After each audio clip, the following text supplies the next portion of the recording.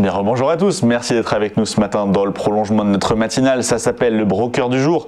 Je suis particulièrement bien accompagné avec mes deux complices du jour, Antoine Fraisse-Soulier, Financial Market Analyst, qui est à distance, David Derry, French Partner, analyste financier également côté eToro. Comme je vous le disais à l'instant, on va passer à notre rubrique l'actif à la loupe, l'heure des travaux pratiques. Surtout pour vous, David, c'est vous qui allez travailler. Vous allez nous présenter un portefeuille avec peut-être en guise de préambule un petit rappel sur ce portfolio que vous allez nous présenter. Il vient d'où? Qu'est-ce qu'on peut en faire? On peut le retrouver sur votre plateforme et puis le répliquer, c'est ça l'idée? Exactement, donc un copy portfolio, qu'est-ce que c'est? C'est un portefeuille de copy. Et donc l'idée du copy portfolio, c'est donc de permettre à toutes les personnes d'être investies sur justement en un clic de bouton sur une stratégie prédéfinie. Donc ça peut être des stratégies thématiques, comme ça peut être des copy portfolios qui vont en fait copier différentes personnes. Et donc aujourd'hui, j'ai décidé de m'intéresser à un nouveau copy portfolio qu'on vient de lancer et qui s'appelle China Tech. Donc China Tech, c'est un deuxième copy portfolio qu'on lance sur la thématique de la Chine.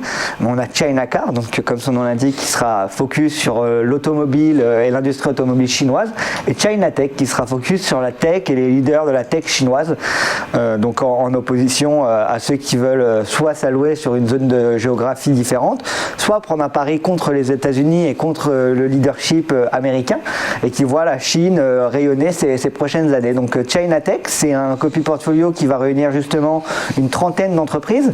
Dans ces entreprises, on va retrouver des entreprises donc bien connues comme Alibaba, comme Tencent, comme Baidu, mais on va aussi retrouver des entreprises un peu moins connues en Europe. Par exemple, on peut penser à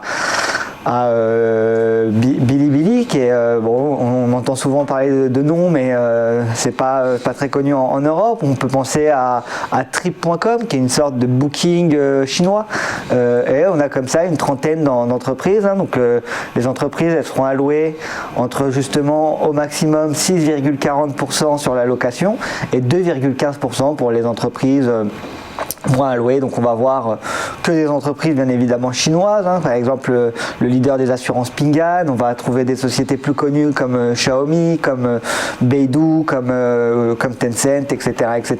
Alibaba aussi, qui est l'une des plus grosses sociétés en Chine. Et donc pour tous ceux qui s'intéressent, c'est un portefeuille qui vient d'être lancé, qui est disponible désormais à l'investissement. Donc pour regarder à peu près ces résultats, on voit que le début de l'année 2021 est quand même compliqué, avec 3,09% de performance. C'est pas grandiose par rapport aux années précédentes. Par exemple, en 2020, on gagnait 55%. En 2019, on en gagnait 24% sur le backtest, donc une stratégie qui a été backtestée. En 2018, on perdait 31%. Et donc, pour un drawdown maximum de 6,03% journalier et 26% annuel. Donc, on voit que c'est quand même une stratégie avec un risque assez modéré, qui ne va pas correspondre à tous les investisseurs. Si vous êtes averse au risque, il faut aller sur des produits moins risqués que ça.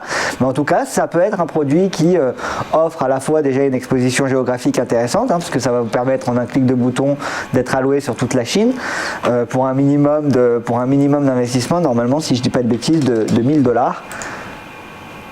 Et donc en effet, donc le $1000 le minimum d'investissement. Et donc pour investir sur le copy portfolio, c'est très simple. Pour ceux qui nous regardent toutes les semaines, il suffit de cliquer sur le bouton investir. Vous allez choisir le montant que vous voulez rentrer. Donc là par exemple, imaginons je vais rentrer un montant de $5000. Vous allez pouvoir éditer votre stop loss. Donc le stop loss, ça veut dire que si par exemple vous voulez que si votre stratégie elle perde au maximum $2500 ou $3000 pour pas perdre tout votre investissement, vous pouvez le régler comme ça. Et donc là par exemple, si ça chute en dessous de $3000, donc si vous perdez plus de 60% sur cet investissement, ça va automatiquement ça va le stopper. Et quand vous cliquez sur investir, en fait, ça va au prorata de votre investissement allouer exactement le même pourcentage de fonds que ce qui a écrit sur le portefeuille. Donc là, par exemple, avec un investissement de $5000, on va avoir 6,84% mis sur Tencent, 6,73% mis sur Alibaba, 5,11% sur Bilibili, etc. Et puis après, Après, si vous voulez voir votre portefeuille, il vous suffit de cliquer sur votre portefeuille et puis là, vous allez voir la ligne Chainatech qui vient d'être ouverte avec justement la ligne qui vient de rentrer en portefeuille. Et donc, vous pouvez suivre après comme ça l'évolution.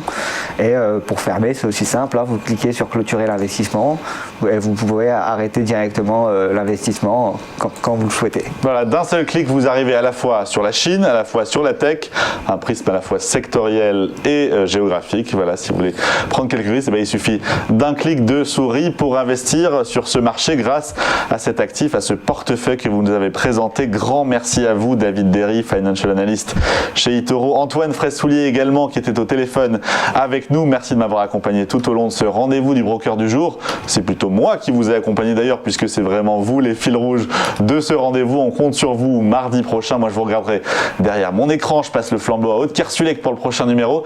Il me reste à vous inviter aussi à retrouver cette émission sur notre site internet. Ça se passe comme toujours, vous le savez, sur le www.tvfmedia.fr. À vous remercie, vous aussi chez vous, un par un, de nous avoir suivis. Je vous dis à très bientôt pour de nouvelles aventures boursières. À très vite sur TV Finance.